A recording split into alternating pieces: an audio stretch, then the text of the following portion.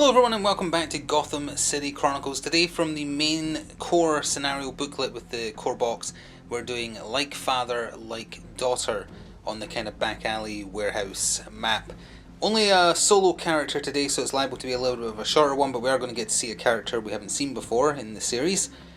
Orphan, not to be confused with Orphan, who is her father, who is the villain. Well, one of the villains actually, because Scarecrow is also on the map. But let's take a look at Orphan's card first, and then we'll go over the mission specifics for Like Father, Like Daughter. So here is Good Orphan, aka Cassandra Cain. I'll probably just refer to her as Cassandra because her father is called Orphan as well. I don't remember Orphan looking like he did in this game. I guess that must be a newer iteration of the same story. I remember the story from the 90s with Orphan in it, and he didn't look anything like, or Cassandra's father at least. Don't even think he was called Orphan. But he didn't look anything like that. He was an assassin though. Anyway, as per the mission guidelines, she has to start with throwing blades and a med kit. She has one back gadget, and I've decided to bring the gas mask because that removes one of the things she's going to have to do on the mission, because a gas mask is required, so I think that saves a little bit of time. She's interesting because she only has 8 energy, but even if she rests, her default is 3, so because we're using that rule, she'd actually get half of it back a turn. She's also very, very defensive. She rolls red dice for defense, and she gets 1 automatic defense against physical and ranged. So that's pretty neat. Got evasive level 1, parkour level 2. Oh, she also has martial arts level 2 as well. So even though she's rolling re-rollable orange dice, not red dice for combat, as long as she gets those successes, she gets 2 automatic ones. And she has combo level 1 as well, I think that is. And that's like overexertion or whatever it's called, where you can go over your limit to injure yourself to do one more thing. Base movement of 3 as well, so she's quick, but not super tough. Well, actually, she's got better defense than everyone we've seen so far, but she doesn't have a lot of energy to do a lot of things. But she gets a lot of energy back even if she stays active, so she's quick. And with that, let's take a look at the mission. So there's an overview of the mission board. Not too many people on the board because again it is a single hero mission. Cassandra starts right down here in the corner, and basically what she wants to do is get on top of this truck right here to set it on fire to stop them shipping out whatever it is they're trying to ship out. I actually don't remember. Drugs or some fear toxin, I believe. Then she needs to run up to the office up here to snatch the explosives, and then if I come around this side of the camera, she needs to get to this door, which will take her inside this building into this little top left of your screen there. That's the drug lab, and explode it by dropping the bomb in there. But it's permanently gassed up, so you would normally need to first run down here and grab the gas mask that's sitting on the mission. But because I brought one, we can ignore that part. For the villain, what they want to do is get to the computers, of which there's 3. 1, 2, there's a katana up there as well, and 3 over there on that truck. And they want to try and bounce around the formula, and if they manage to do it on all of them, they just automatically win. So that's something else to be aware of.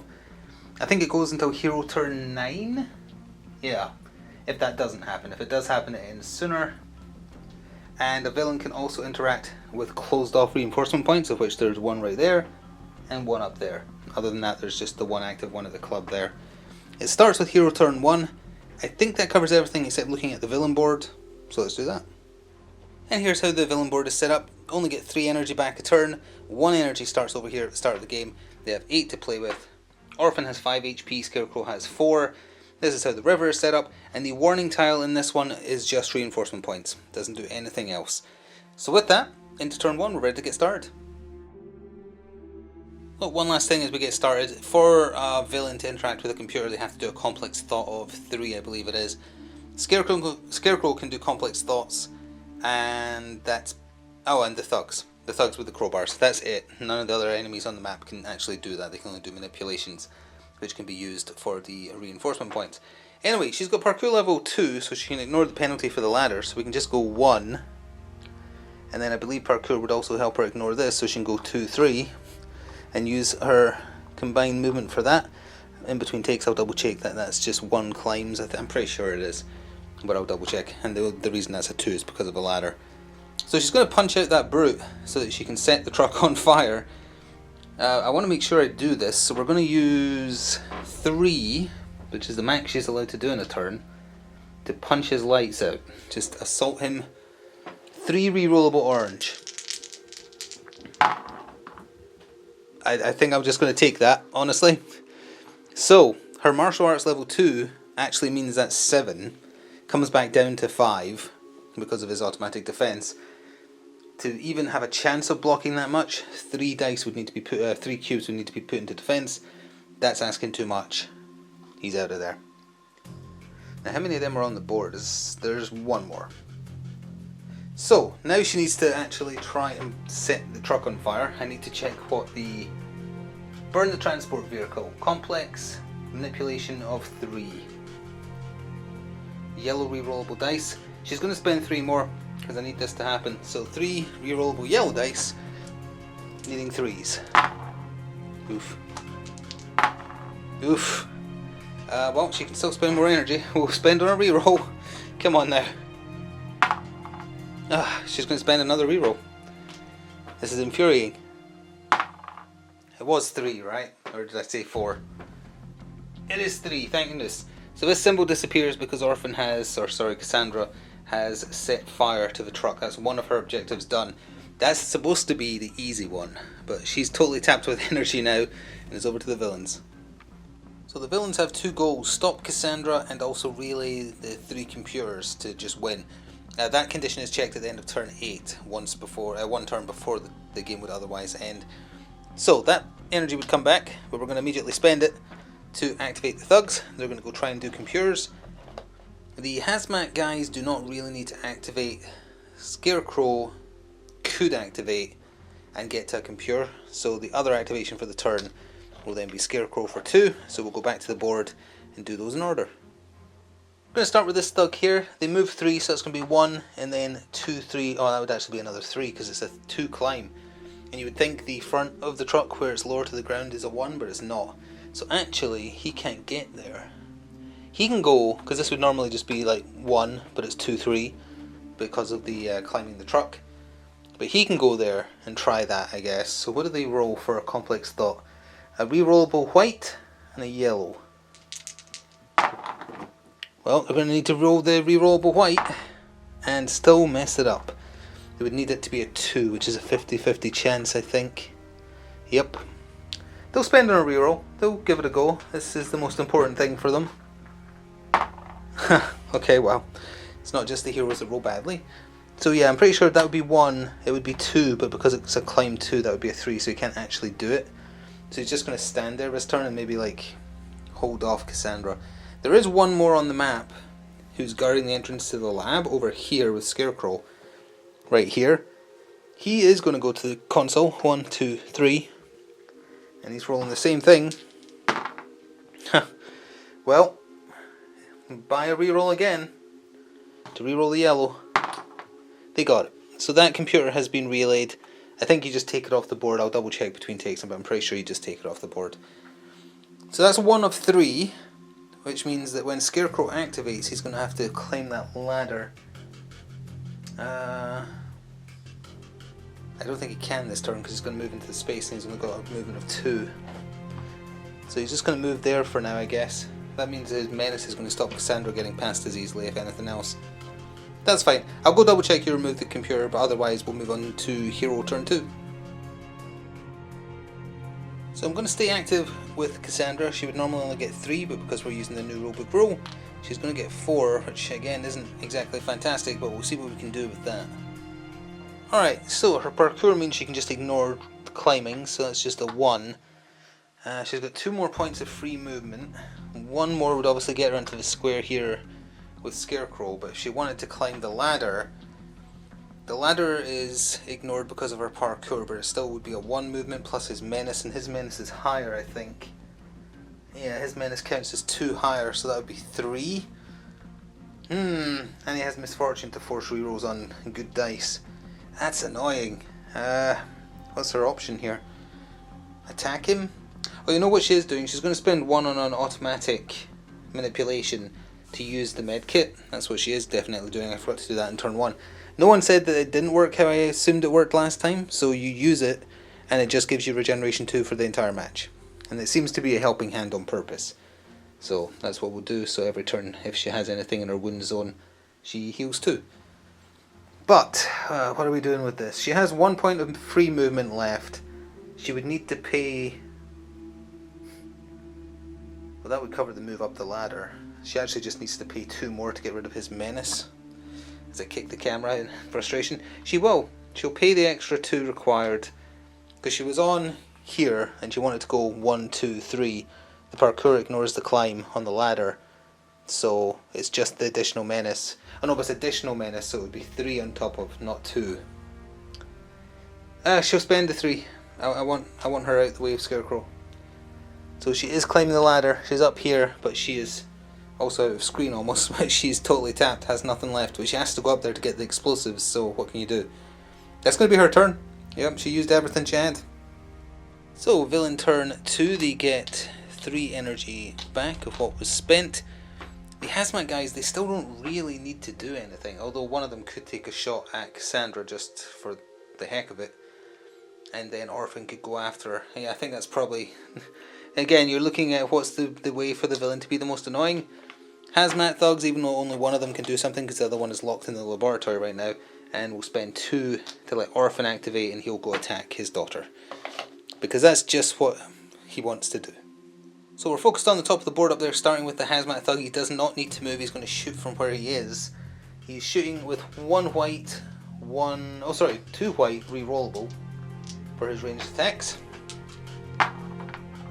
Nothing so far. It remains nothing. Those are 50-50 dice. I'm just bad at rolling. So then Orphan is activating. Let me just grab his card because there'll be some stuff.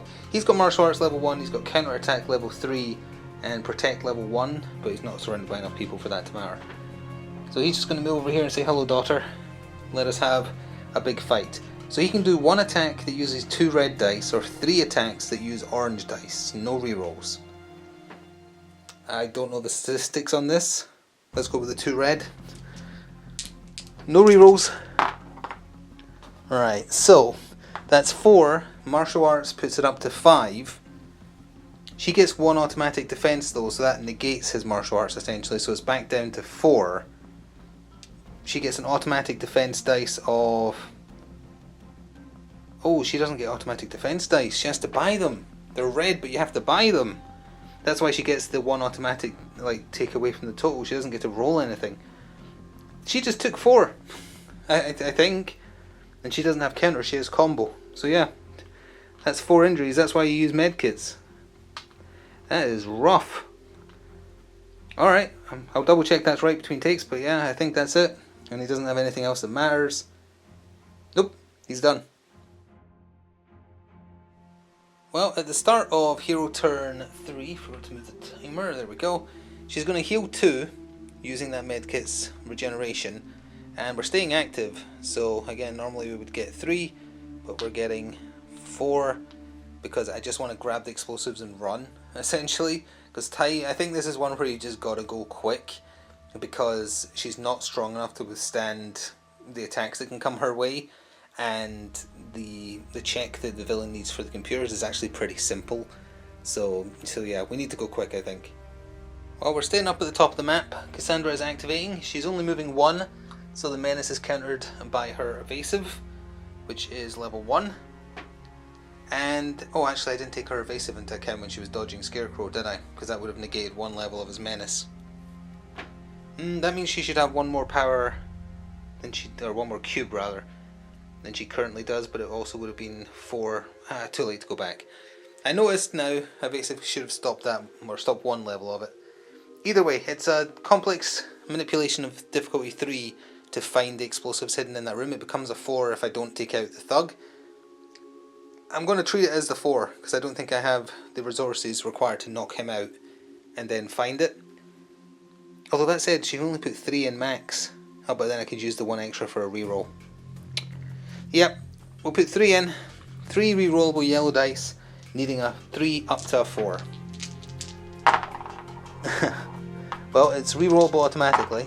Hey! We have ourselves a big old pile of explosives. And because we already have a gas mask because I started with 1, our objective now is just to get back down to the door to the lab and break in there. Easier said than done, I suppose. She's banking the 1 cube, I think. Well, no, she'll spend it. She'll spend it on movement. Her evasive again ignores him being there. So she's back outside there with her father facing him down. It looks kind of cool.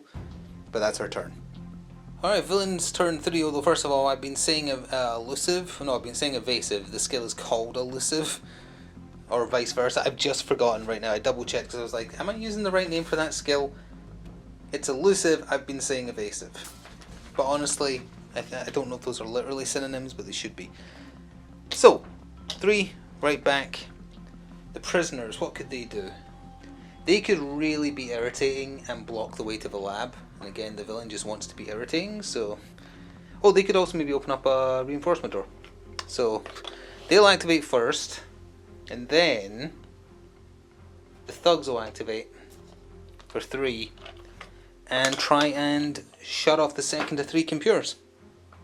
Alright, this is where activation order matters a little bit. The prisoners are going first, they have movement 3. It's a climb of 2 because there's a ladder. So he's coming down here, he's going to try and open up that reinforcement door right there, which is a complex manipulation of, pardon me as I lean over, let's see, unlock the doors, manipulation of 3, which they can try and do on a yellow rerollable and a white. Oh, so close. Do you buy? They'll buy a reroll. Try that 50-50 chance. They got it. So you flip this over, and that's now a potential respawn point for any reinforcements that happen. And that means he can go 1, 2, 3, and he can go 1, 2. They better to be piled up together. Yeah, right in front of the door, because that's the door that leads to a lab right there. So that just makes them really irritating. So the thugs also need to activate, which means we need to come across at this end of the table. He can then make it up here as well, so they can both try. The one that I made climb up will try first, which is rerollable white and not rerollable yellow. White rerollable this time, basically the opposite. He failed. The other one will try and do it. White rerollable. He got it. As the second of 3 computers, if the third computer goes... See, this is the weird bit. I'm going to have to check how this is written in the new version of the rulebook, but it doesn't end until turn 8. I guess that gives you time to blow up the lab, which might counteract the computers being done. But the way it's worded is that you keep playing. If by the end of turn 8 all the computers are gone, you lose regardless. If they aren't all gone, you check to see if the lab's been destroyed at turn 9. Which is a little weird, but oh well. Alright, the medkit kicks in, and we're going active. So that's 4, and we have the explosives in tow. We're probably going to need to take a rest turn next turn, but I want her to get a little bit closer to the door, because it's a long time now before the prisoners can activate, so we need to try and take that to our advantage. So her elusive, not evasive, means that it doesn't matter that her dad's there. It's just a 1 move, because parkour also ignores the climb 2 on the ladder. So she's got 2 points of free movement left, but it would cost her 3 to leave the square because of the extra menace from Scarecrow. So she'll pay 1 so that she has enough to go bloop.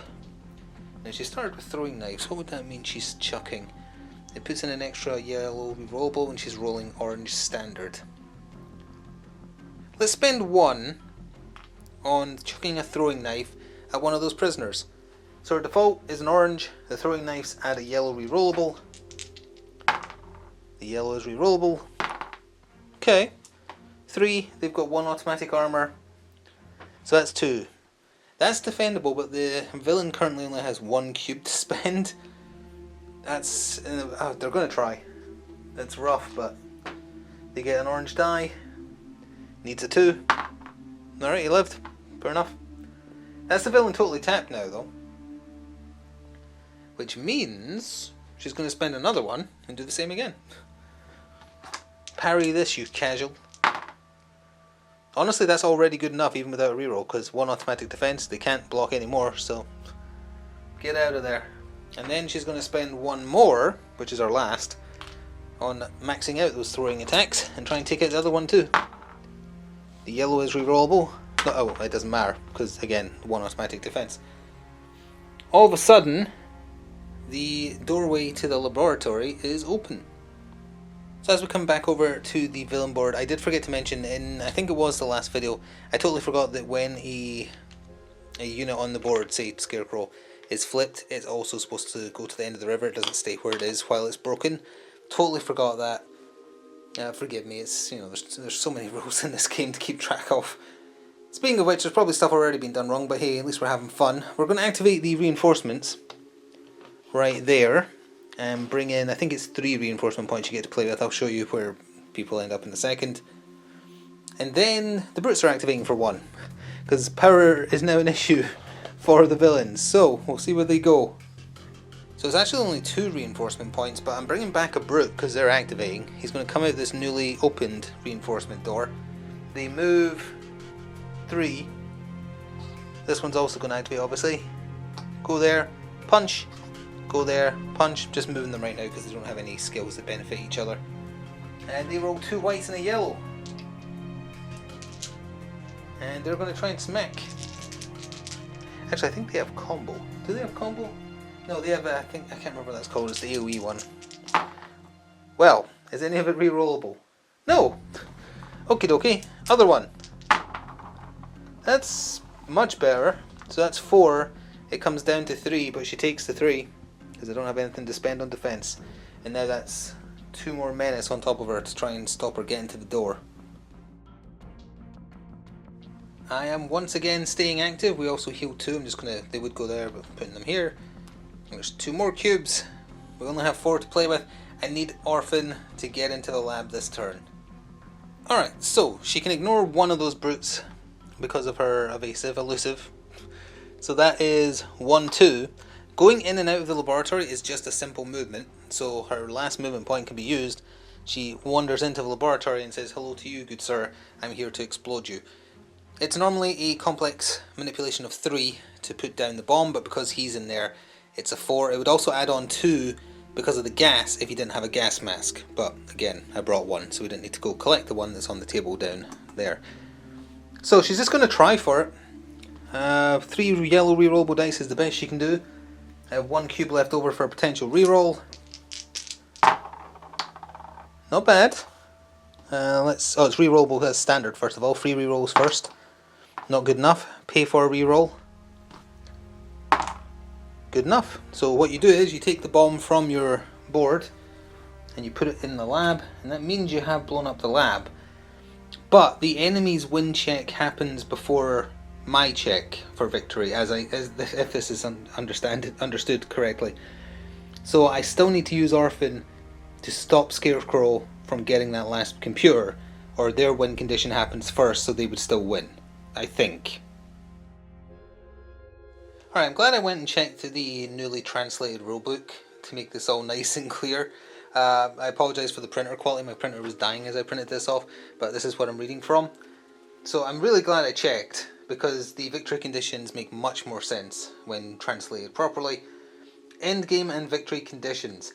If at any point the truck token is no longer on the map and the bomb miniature is on the laboratory tile, the game ends and the heroes win. The gas transport truck has been set alight and the laboratory has been destroyed. If at the end of Heroes Turn 8, no more than 1 computer remains on the map, the game ends and the villains win. The villains have successfully relayed the formula 3 times before the heroes could destroy the truck in the laboratory. Otherwise, the game ends after Heroes Turn 9 and the villain wins, because the villain was able to evacuate. So the game is actually over. We've won. But I want to read the original translation compared to that very lovely, correctly translated version. Let's just come over here, and this is the actual rulebook I'm going to read from now. Endgame conditions. At the end of Hero Turn 9, the game ends. The game ends on Hero Turn 8 if the formula has been relayed 3 times, only 1 computer remains on the board, and the current step is check in-game conditions 1 of Turn 8. The gas transport vehicle has been set alight and the laboratory has been destroyed. The token is not on the truck, and the bomb miniature is in the laboratory area. Now that's its own separate thing, just again here, but it doesn't say when to check it, so you would imply it goes by the stuff listed above. It doesn't, as it turns out, based on the retranslation, but it's laid out horribly. But then it does say actually underneath the victory conditions, the hero of the gas transport has been set alight and the laboratory has been destroyed, but it doesn't say when it happens, and that's the important part, because you would presume it follows on from this. But, you know, it's very strange, because the game goes 9 turns, and it says the villains won't win if there's only 1 computer on the board at turn 8, you would imply this then applies to your turn 9. Thank goodness they retranslated it, that's all I'll say. But that does mean that Orphan just runs out of there back into the street. There's a big kaboom inside the building, and as everyone is startled by the explosion, she just skedaddles out of there, and we do have victory. Because otherwise I was just going to play that on, and if the villains got the last computer, in fact technically they would have already won if she hadn't blown up the laboratory, because one computer left is enough for them to have won. Scarecrow was going to activate. He only has enough movement to climb up there this turn. Next villain turn, he would have went in there and tried to get rid of that computer as well, just for an absolute victory. Let's quickly roll just to see if that would have happened. Was he rolling again? White and an orange. Yep, that would have done it right there. But it doesn't matter really much. So, thank you very much for watching. That is going to conclude it. A little bit of a shorter one, like father, like daughter. I did say I was going to maybe do the villain campaign where you actually play as the villains against the Court of Owls. The viewership's kind of dropped off again on the series. I really should have started this up again during the Kickstarter campaign for Season 3. And with me starting a new season of Fallout, my time is a little bit short. So I'm not sure I can fit in the villain campaign. We might still do an odd one now and then, or bring it back when the Season 3 stuff ships for sure, because I got the new Season 3 stuff.